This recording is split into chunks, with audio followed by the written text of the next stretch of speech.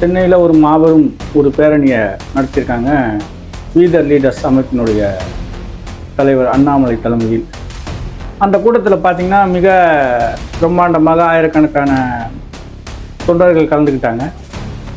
அதில் ஒரு மிகப்பெரிய ஒரு பேசும் பொருள் என்னென்னா, பாரதிய ஜனதா கட்சியை சேர்ந்த மாமன்ற உறுப்பினராக இருக்கக்கூடிய திருமதி உமானந்தன் அவர்களும் கலந்துக்கிட்டாங்க. இந்த கூட்டத்தில் அண்ணாமலை அவர்கள் என்ன சொல்லியிருக்காங்கன்னா, இந்த அரசை பற்றி நான் ஒரு வருஷம் பேச மாட்டேன், லஞ்சத்துக்கு எதிராக சிறப்பாக செயல்பட்டுருக்காரு அப்படின்னு சொல்லிட்டு முடிக்காமல் ஒரு சில அமைச்சர்கள் 2-3% கமிஷன் கேட்குறாங்க அப்படின்னு சொல்லியிருக்காரு. கர்நாடக வனப்பகுதியில் 3 தமிழர்கள் சுட்டுக் கொல்லப்பட்டிருக்காங்க. இது மிகப்பெரிய ஒரு கண்டனத்துக்குரிய ஒரு செயல். இந்த 3 தமிழர்கள் ஏன் சுட்டுக் கொல்லப்பட்டாங்க அப்படின்னு அவங்க கர்நாடக வனத்துறை விளக்கம் கொடுக்குறாங்க. வேட்டையாட வந்தாங்க, அதனால சுட்டுக் கொண்டோம்னு.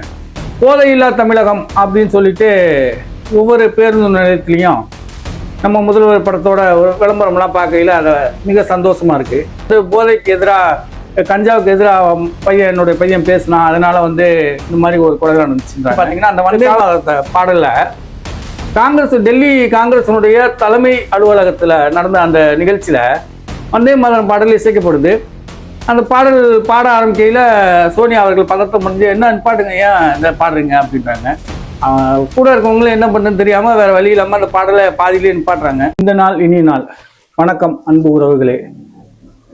இன்னைக்கு சென்னையில் ஒரு மாபெரும் ஒரு பேரணியை நடத்தியிருக்காங்க. வீதர் லீடர்ஸ் அமைப்பினுடைய தலைவர் அண்ணாமலை தலைமையில்.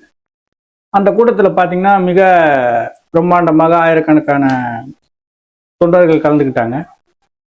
அதில் ஒரு மிகப்பெரிய ஒரு பேசும் பொருள் என்னன்னா, பாரதிய ஜனதா கட்சியை சேர்ந்த மாமன்ற உறுப்பினராக இருக்கக்கூடிய திருமதி உமானந்தன் அவர்களும் கலந்துக்கிட்டாங்க.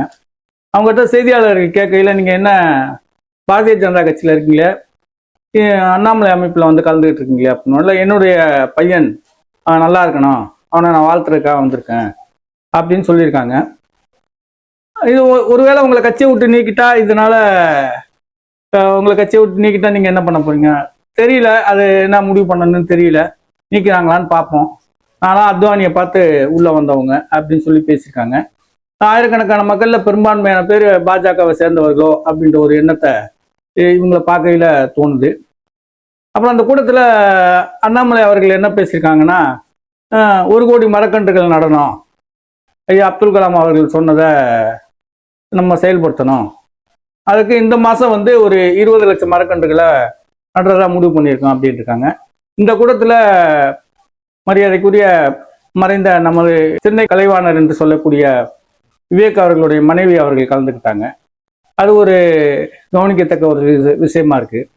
இந்த கூட்டத்தில் அண்ணாமலை அவர்கள் என்ன சொல்லியிருக்காங்கன்னா, இந்த அரசை பற்றி நான் ஒரு வருஷம் பேச மாட்டேன், லஞ்சத்துக்கு எதிராக சிறப்பாக செயல்பட்டுருக்காரு அப்படின்னு சொல்லிட்டு முடிக்காம ஒரு சில அமைச்சர்கள் 2-3% கமிஷன் கேட்குறாங்க அப்படின்னு சொல்லியிருக்காரு. அந்த அமைச்சர்கள் யார் அப்படின்றத தனிப்பட்ட முறையிலாத முதல்வர் அவர்கள் கவனத்துக்கு கொண்டு சென்று அந்த அமைச்சர்களை மாற்றி திருத்திக் கொள்ள வேண்டும் அப்படின்ற ஒரு எச்சரிக்கையாக முதலமைச்சர் கொடுப்பாங்க இல்லையா, அதுக்காக தனிப்பட்ட முறையில் முதலமைச்சருக்கு அண்ணாமலை அவர்கள் சொன்னால் அது நல்லா இருக்கும் அப்படின்றதான் நம்ம சொல்ல போகிறோம்.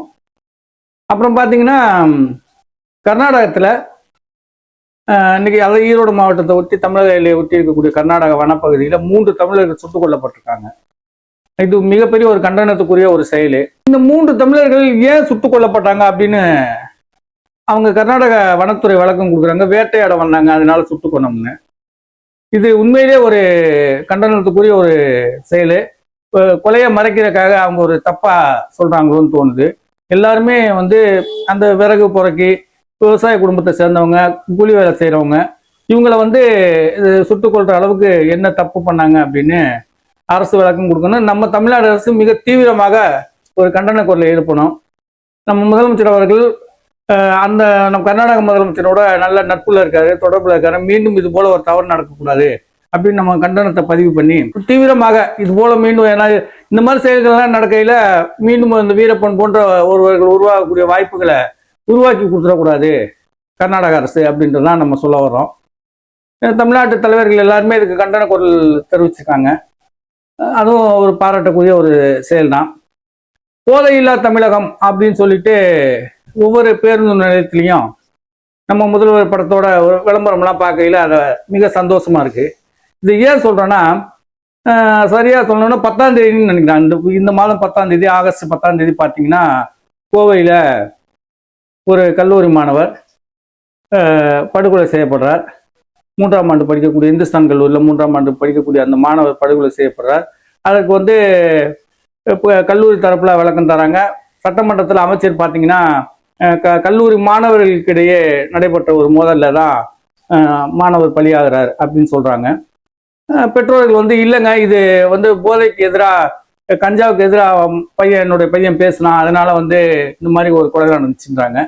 காவல்துறை தீவிரமாக ஆய்வு பண்ணி காரணமானவர்கள் சொல்லி காவல்துறை என்ன பண்ணியிருக்காங்கன்னா 10 பேரை இதுக்கு முன்னால் கைது பண்ணியிருந்தாங்க. இன்று ஒரு 4 பேரை கைது பண்ணியிருக்காங்க. மொத்தம் ஒரு 14 பேர்களை கைது பண்ணி விசாரணை போயிட்டு இருக்கு. இதை ஏன் சொல்ல வரேன்னா, இன்று நேற்றைய தினம் மிக சிறப்பாக நாடு முழுவதும் 80வது சுதந்திரம் கொண்டாடப்பட்டது. அந்த முதல்வர் அவர்கள் கொடியேற்றுவதற்கு ஒரு 10-12 மணி நேரத்துக்கு முன்னால பாத்தீங்கன்னா ஒரு மிகப்பெரிய அதிர்வலைகளை ஏற்படுத்தக்கூடிய அளவுக்கு ஒரு சம்பவம் நடந்துச்சு. அது பத்திரிகையாளர்களும் பொதுமக்களும் பெருசா மறந்துட்டாங்களோன்னு தோணுது. என்னன்னு பாத்தீங்கன்னா, திருவேற்றியூர்ல பள்ளி மாணவன் 12ஆம் வகுப்பு பள்ளி மாணவனை, அதாவது ஜெய்கோபால் கரோடியா மேல்நிலை பள்ளின்னு சொல்லிட்டு 12ஆம் வகுப்பு படிக்கக்கூடிய ஒரு பள்ளி மாணவனை ஒரு கல்லூரி, அதாவது கல்லூரி மாணவர்களா அல்லது பள்ளி மாணவர்களான்னு தெரியல, எனக்கு 12ஆம் வகுப்பு தாண்டி படிக்கக்கூடிய வயசுல உள்ளவங்க தான் அந்த சம்பவம் நடந்திருக்கு. அவர்களால் தாக்கப்பட்டு உயிரிழந்திருக்காரு. இதுக்கும் காரணம் என்னன்னு சொன்னா, சீனியர் நான் தான் பெரிய ஆள், நீ தான் பெரிய ஆள், என்னோட நீ சின்ன பையன், உன்னோட நான் பெரிய ஆள் அப்படின்ற ஒரு சண்டையில தான் அந்த மாணவன் தாக்கப்பட்டாரு அப்படின்னு சொல்லிட்டு காவல்துறையும் பள்ளி நிர்வாகம் விளக்கம் கொடுக்குறாங்க. அவங்க பெற்றோர் என்ன சொல்றாங்கன்னா, கஞ்சா புழக்கத்துக்கு எதிராக இவர் என்னுடைய பையன் வந்து பேசினான். தனுஷ் என்ற அந்த பையனுடைய மாணவனுடைய பேர் பார்த்தீங்கன்னா தனுஷ் என்பவர். அந்த கஞ்சா புழக்கத்துக்கு எதிராக பேசுறதுனால இந்த மாதிரி அடிச்சு கொண்டிருக்காங்க அப்படின்னு சொல்லியிருக்காங்க. இதை வந்து முதல் முறையா கொடியேற்றுவதற்கு முன்னால் நடந்த ஒரு நிகழ்வு. இது வந்து பத்திரிகைக்காரங்களும் பொதுமக்களும் பெருசா பேசல. இது ஏன் சொல்ல வரேன்னா, போதையில்லா தமிழகத்தை உருவாக்குவோம் அப்படின்னு சொல்லிட்டு முதல்வர் அவர்கள் பேசுறாங்க. போதை கலாச்சாரத்துக்கு எதிராக இன்னைக்கு மரியாதைக்குரிய வி த லீடர்ஸ் அமைப்புடைய தலைவர் அண்ணாமலை அவர்கள் மாபெரும் பேரணி நடத்திருக்காங்க. இந்த மாதிரி ஒரு நேரத்தில் இதெல்லாம் நடந்திருக்குன்றதுல ஒரு வருத்தப்படக்கூடிய செய்தி. இன்னும் ஒரு செய்தி பார்த்தீங்கன்னா, நேற்றைய தினம் வந்து மிக பிரம்மாண்டமாக கொண்டாடப்பட்ட அந்த சுதந்திர தின விழாவில் பார்த்தீங்கன்னா, கடந்த பாராளுமன்ற மழைக்கால கூட்டத்தொடரில் ஒரு மசோதா பாஸ் பண்ணாங்க, எல்லாருக்குமே தெரிஞ்சதான். இனி வரும் காலங்களில் அரசு நிகழ்ச்சிகளில் இந்தியா முழுவதும் வந்தே மாதரம் பாடல்களும், பொது நிகழ்ச்சிகளில் வந்தே மாதரம் பாடல்கள் முதல்ல பாடணும் அப்படின்னு சொல்லியிருந்தாங்க. அது பெரும்பாலான மாநிலங்கள் வந்து கடைபிடிக்கிறாங்க. பொதுமக்களும் பொது நிகழ்ச்சிகளில் அந்த நேற்று நடந்த சுதந்திர தின நிகழ்ச்சிகளையே அதை கடைபிடிச்சிருக்காங்க. என்னன்னு பார்த்தீங்கன்னா, அந்த வந்தே மாதரத்தை பாடல காங்கிரஸ், டெல்லி காங்கிரஸினுடைய தலைமை அலுவலகத்தில் நடந்த அந்த நிகழ்ச்சியில வந்தே மாதரம் பாடல் இசைக்கப்படுது. அந்த பாடல் பாட ஆரம்பிக்கையில் சோனியா அவர்கள் பதட்டம் பண்ணி, என்ன நிப்பாட்டுங்க, ஏன் இதை பாடுறீங்க அப்படின்றாங்க. கூட இருக்கவங்களும் என்ன பண்ணுன்னு தெரியாம வேற வழி இல்லாமல் அந்த பாடலை பாதியிலே நிப்பாட்டுறாங்க. சோனியா அவர்களுக்கு தெரியாது வந்தே மாதரம் பாடல். ஆனா இந்த வந்தே மாதரம் பாடலுக்கு முழு ஒரு உரிமையை எடுத்துக்கக்கூடிய ஒரு கட்சின்னு சொன்னா காங்கிரஸ் சொல்லலாம். ஏன்னா காங்கிரஸ் இணைந்து இப்போ மக்களோடு சேர்ந்து தான் அந்த வந்தே மாதரம் பாடல் பாடி ரீதியா போராடி மகாத்மா காந்தி அவர்களோட நேரு அவர்களை இணைந்து அந்த சுதந்திரம் பெற்றோம் அப்படின்றது தானே வரலாறு. அதாவது அந்த அம்மாவுக்கு தெரியாது இல்லையா? அந்த கூட இருக்க மற்ற தலைவர்களுக்காக அது சொல்லியிருக்கணும். பாடலை நிப்பாட்டி அவங்ககிட்ட வழக்கத்தை சொல்லி மறுபடியும் வந்து அந்த வந்தே மாதரம் பாடலை பாடியிருக்கணும். பாடலை அது மட்டும் இல்லை, காங்கிரஸ் ஆளக்கூடிய மாநிலங்களில் கேரளாவில் பார்த்தீங்கன்னா அதே மாதிரி 2 வரிகளோட முடிச்சுட்டு போகிறாங்க. அது வீடியோலாம் வந்திருக்கு.